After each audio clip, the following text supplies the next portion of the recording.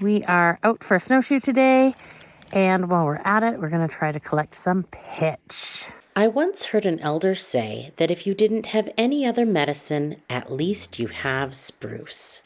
The spruce tree is an amazingly versatile tree found throughout the Yukon, and its pitch can be harvested year-round.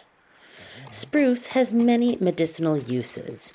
It boosts the immune system, fights infection, treats itchy skin and rashes, heals cuts and abrasions, supports mouth health, relieves pain and inflammation. It also fights pneumonia, sinus congestion. Spruce is an analgesic, antifungal, antimicrobial, antiseptic, and disinfectant. Spruce contains beta-carotene and vitamin C. Is there anything this plant can't do? The spruce tree is truly the wonder plant of the boreal forest. In today's video, we gather spruce pitch to make a salve that will moisturize the skin in these cold, dry winter months.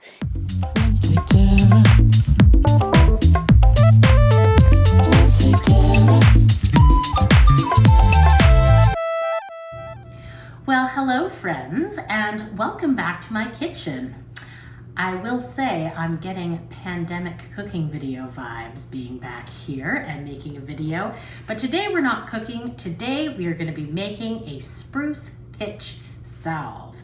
Spruce trees have been a great source of medicine for millennia. First of all, the most important ingredient is the spruce pitch itself.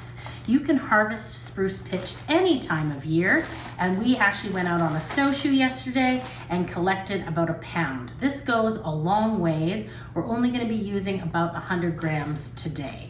So you can collect the spruce pitch just by chipping it off of the tree branches. Also, in our salve, we are going to use coconut oil and olive oil. I've been researching some recipes, and some call for coconut oil, some call for olive oil. And because this is the first time I'm making this by myself, I thought I would try a little bit of each to see which I prefer. There are different reasons for using coconut oil or olive oil. Coconut oil is a deep moisturizer. It's good for dry, cracked skin and has fatty acids in it that repair skin that suffers from eczema or psoriasis, rashes, that sort of thing. So it's a really good skin healer. On the other hand, olive oil is also a great moisturizer, and it is great for its anti-aging effects and encouraging collagen growth. So depending on what you're looking for, I think either would be fine. So we'll do a little test and see which one we like the best. The other thing that we need is some beeswax. The beeswax helps solidify it and makes it spreadable. I would maybe order it on Amazon if you only need a small amount, or you can Google a candle or soap supplier in your area and you can purchase some there. And better yet, talk to your local beekeeper. I'm sure they can hook you up. So those are the only ingredients that we'll be using today. When you are getting set up to make your salve, you want to make sure you've got the proper equipment, and you don't want to use anything that you want to use for other purposes. The resin or the pitch is extremely sticky and it will basically gum up whatever you're using. So today, what we are going to need is a scale for weighing out our ingredients, a kitchen scale. I'm going to use some glass canning jars to make my double boiler to melt down the pitch and the oil.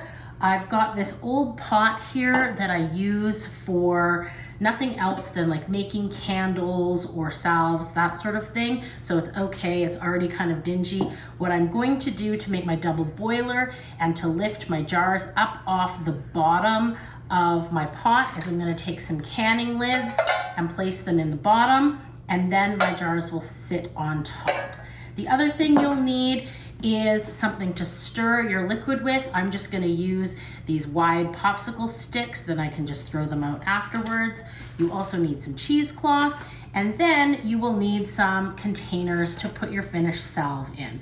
I just already happen to have these from another project, so I'm going to use these, but you could just use a small glass jar or what have you. So we are gonna get started. All right, so the first thing we're gonna do is we're gonna weigh out 50 grams of pitch.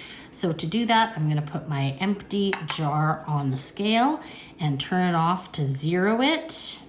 So I'm just gonna empty this in until I get to 50.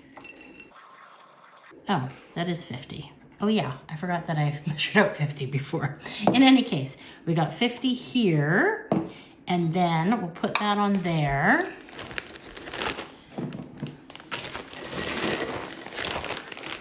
And we'll, oops, 0 this off again.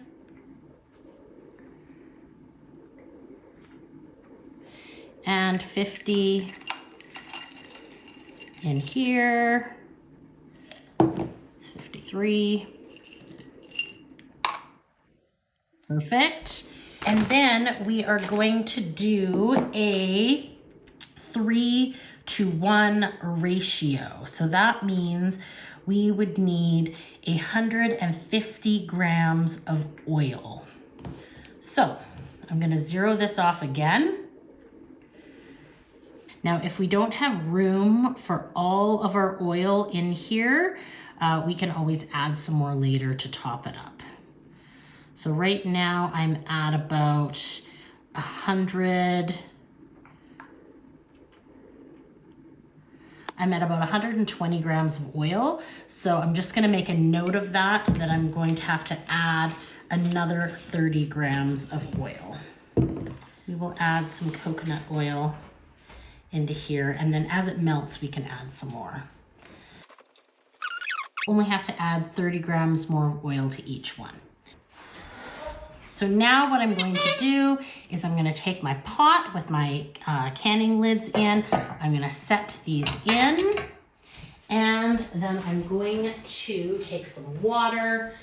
I'm only using the filtered water because it's handy for pouring. And I want the water to go fairly high because it's gonna create that water bath. And this is gonna take a while for the resin and the oil to melt and combine. So I'll probably have to add more water as we go. So let's move on over to the stove.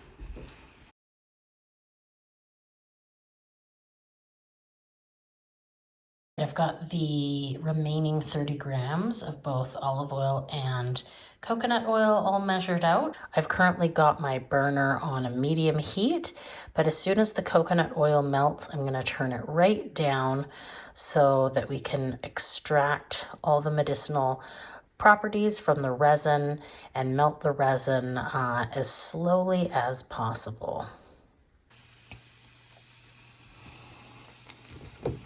So this is the coconut, it's all melted now.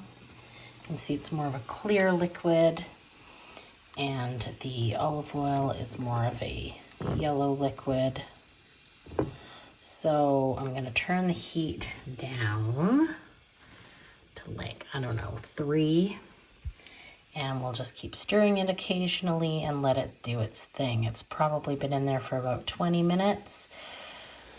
All right, I just turned the temperature down to minimum, and you can see that the oil is starting to get cloudy, which is a sign that the resin is mixing in. You can also see though that there's still resin mixed in with all the debris. So I'm still gonna keep stirring it occasionally and letting that resin dissolve and mix in with the oil. Coming along well. We've been at it now for about 40 minutes. But the water's been simmering away in the double boiler for the past 2.5 hours. And you can see that the oil is becoming quite cloudy and the pitch is very sort of clumpy and concentrated. Well, the remains of the pitch. So I think some of the pitch is still in there, but a lot of it has dissolved into the oil. You can see that it's quite concentrated. The colors have changed. I thought I would have to strain it, but it just mostly stuck in there. So there aren't actually any bits in there, which is a good thing, I suppose. I mean, there might be a few, We've strained the resin and oil. We've added the additional oil. Now we have to take the weight of our oil and resin, which is 160 grams, and we need to divide it by 6. All right, so that's 24, that's close enough. I'm gonna add that in here. I'm scrape it all out.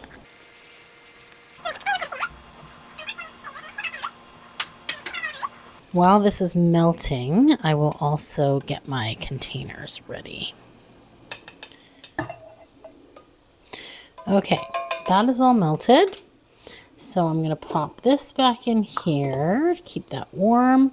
And we are going to go pour our salve into the containers. And I believe that they are 2-ounce containers. Okay, it made 3 very full containers. So again, we're going to do the same process with the coconut. So this one did have some chunkies in it, not very many, but still a bit.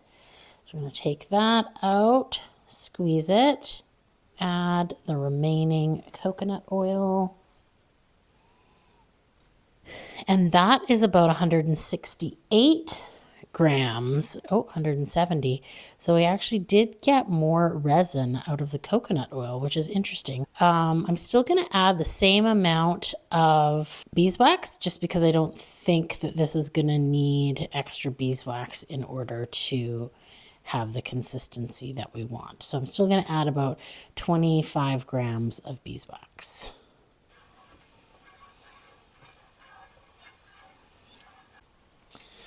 So just have a look at this. It's like rock hard. Smells amazing. I'm ready to pour.